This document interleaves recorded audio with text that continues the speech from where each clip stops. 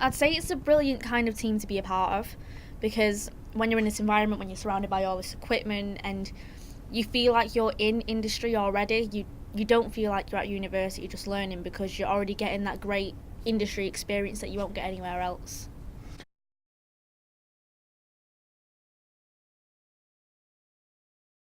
I've learned so far to be patient, be very patient, and also be intuitive and make sure you think independently, as that will make you shine in industry, but more than that, be able to work as a team.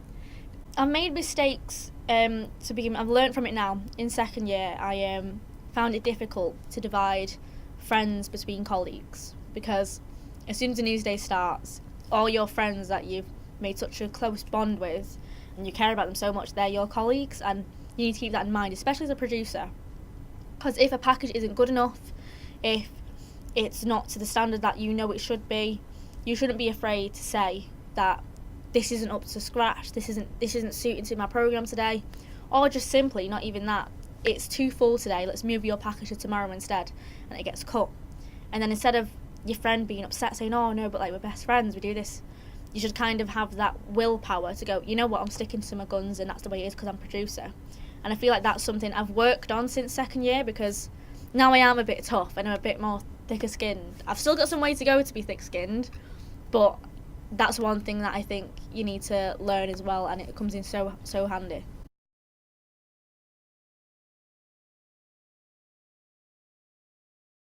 Yeah, greatly, hands down. Like, even though, because I have been doing work at BBC Sport, I'm Manchester United, but I wouldn't have been able to get those opportunities without having these news days.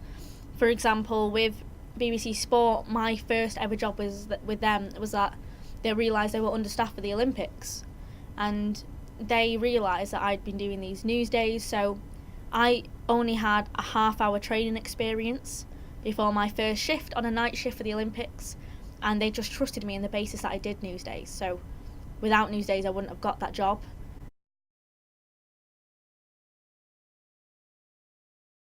I'd probably say there are three things you need to have. Number one, always go to your tech workshops. Always. Because if you don't, you will not have a show. And that is hands down.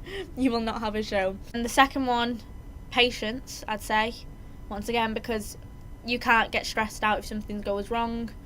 If you're a presenter and the autocue fails, you need to be that presenter that's where you make your money. That's where you are able to ad lib and see, make that program not silent and make it have some noise.